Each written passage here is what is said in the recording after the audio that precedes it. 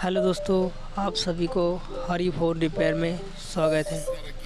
दोस्तों, आज हमारे पास Redmi 8 का फ़ोन आया हुआ है जिसका हम ब्रोकन टच ग्लास चेंज करेंगे। दोस्तों, अब हम इसका बैक पैनल को खोलेंगे। दोस्तों, बैक पैनल खोलते समय थोड़ा ध्यान से खोलना है, नहीं तो इसका फिंगर पत्ता कट सकता है। दोस्तों, अब इसका सारा स्क्रू खोलेंगे।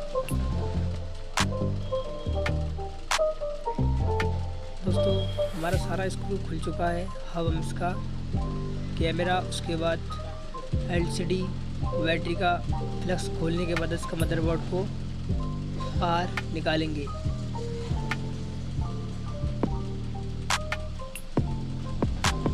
दोस्तों, हमारा मदरबोर्ड बाहर निकल चुका है। दोस्तों, अब हम इसका रिंगर का डिब्बी खोलेंगे।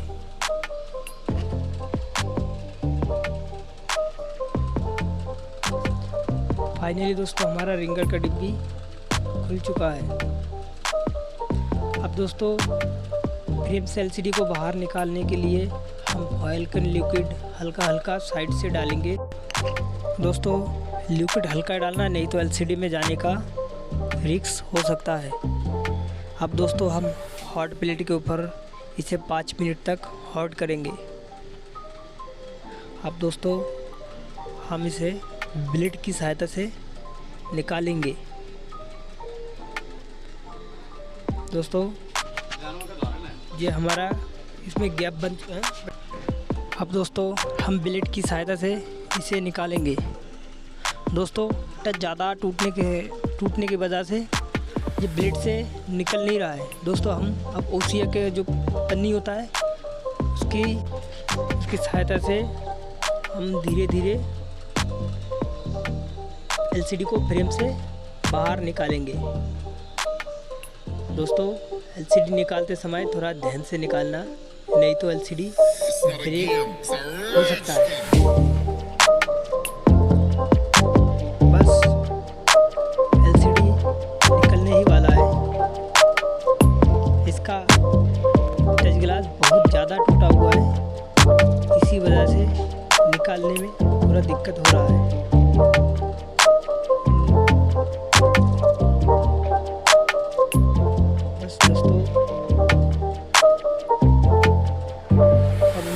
ब्लेड की सहायता से इसके साइड में जो ग्लू होता है इसे काटेंगे।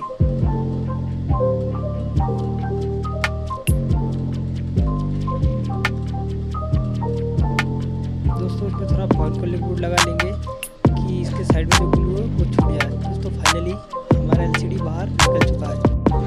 अब हम इसकी LCD को चेक करेंगे।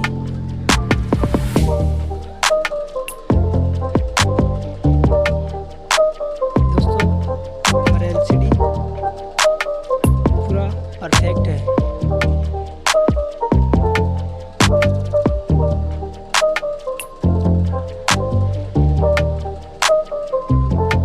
दोस्तों, अब हम इसको टच को चेक करेंगे कि टच सही से चल रहा है कि नहीं।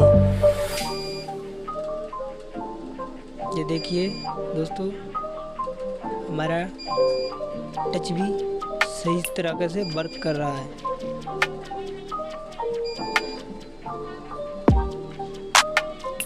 ठीक है दोस्तों, हमारा LCD एकदम परफेक्ट है। अब इसको फिर से हम दोबारा खोल लेते हैं।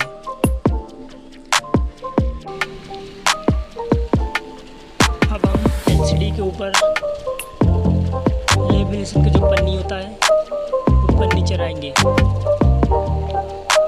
दोस्तों, पन्नी इसीलिए चढ़ाना पड़ता है, जब आप सेपरेटर से टच को अलग करोगे तो LCD इधर उधर हिलता है।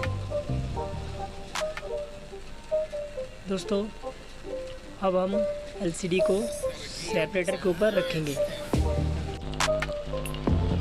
अब हम बार की सहायता से LCD को बाहर निकालेंगे। दोस्तों, LCD निकलते वक्त थोड़ा ध्यान से निकालना, नहीं तो उसका प्लोरेजर कट सकता है। दोस्तों एलसीडी को वायर थोड़ा आराम से चलाए कि पोलराइजर ना कटे। दोस्तों फाइनली हमारा टच बाहर निकल चुका है। देखिए दोस्तों एलसीडी कितना टूटा हुआ था। अब हम दोस्तों एलसीडी को फिर से मदरबोर्ड में लगा के चेक करते हैं कि एलसीडी सही है कि नहीं।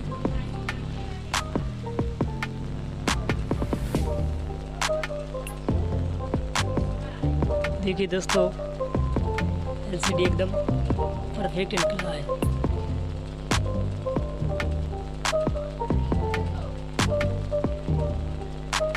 दोस्तों हम एलसीडी को अब चेक करते हैं कि टच सही से काम कर रहा है कि नहीं। देखिए दोस्तों इसका एलसीडी टच सही तरीके से काम कर रहा है। अब दोस्तों हम इसके ग्लू को मशीन के सहायता से साफ करेंगे।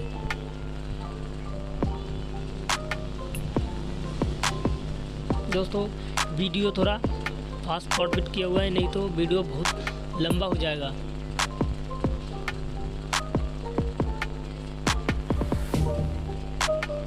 बस दोस्तों हमारा ग्लू निकलने ही वाला है।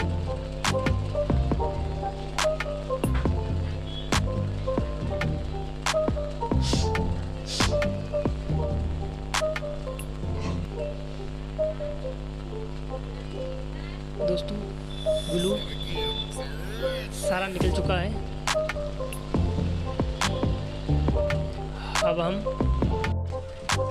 अब हम इसे फॉइल के लिक्विड से साफ करेंगे।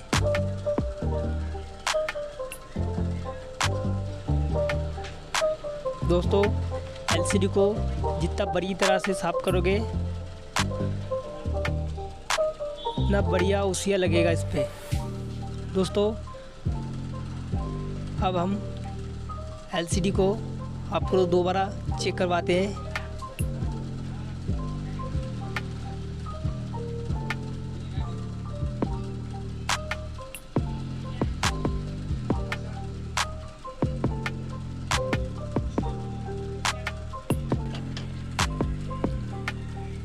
अब हमारा एलसीडी ऑन होने वाला है।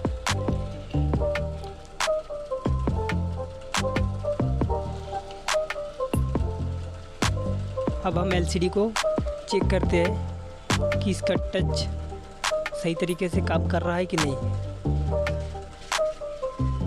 देखिए दोस्तों एलसीडी पूरा बढ़िया तरह काम कर रहा है। अब हम इसे फिर से साफ करेंगे।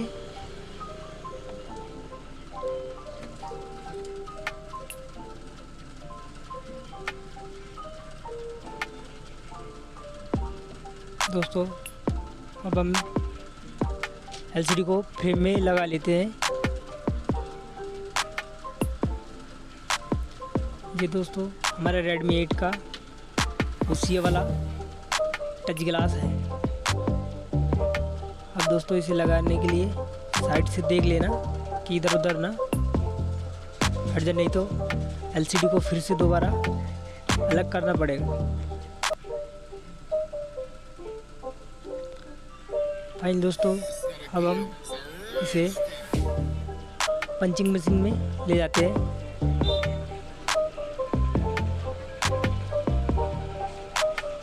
दोस्तों हमारा एलसीडी अभी पंचिंग होने वाला है।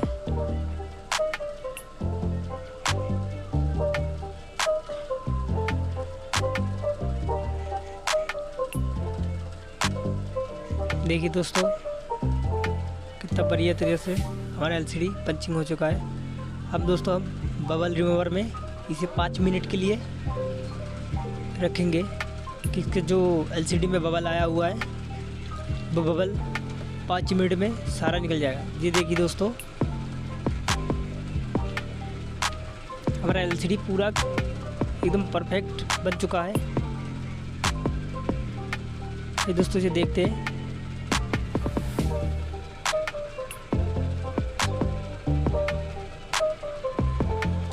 दोस्तों इस पर इधर साफ करते हैं। उसके बाद फिर से हम इसे पैक करेंगे। पैक करने से पहले दोस्तों हम एलसीडी को फिर से चेक करते हैं कि एलसीडी पंचिंग के टाइम ब्रेक हुआ तो नहीं है। ठीक है दोस्तों, हमारा एलसीडी बढ़िया पंचिंग हुआ है।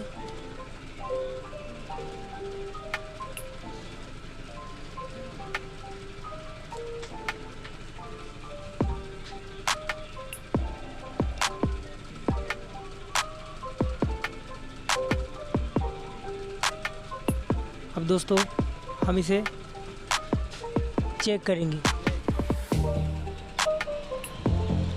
दोस्तों हमारा एलसीडी पहले की तरह काम कर रहा है। देखिए दोस्तों, अब दोस्तों हम इसे पैक करेंगे।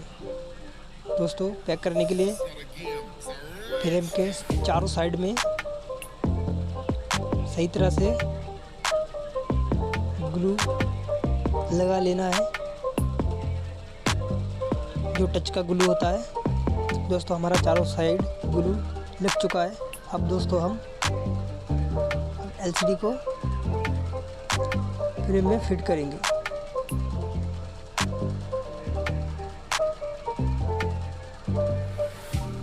दोस्तों मदरबोर्ड को फ्रेम में फिर से फिट कर रहा है।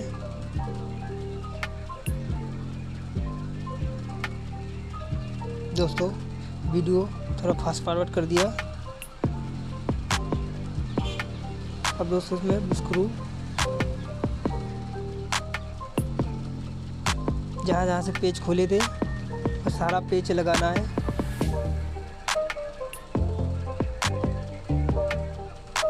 दोस्तों हम फिंगरप्रिंट को लगा लेते हैं।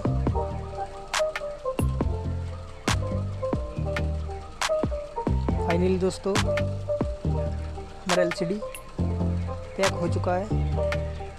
अब दोस्तों इसमें हम रबर लगाएंगे। दोस्तों रबर लमसम 2 घंटे तक लगा के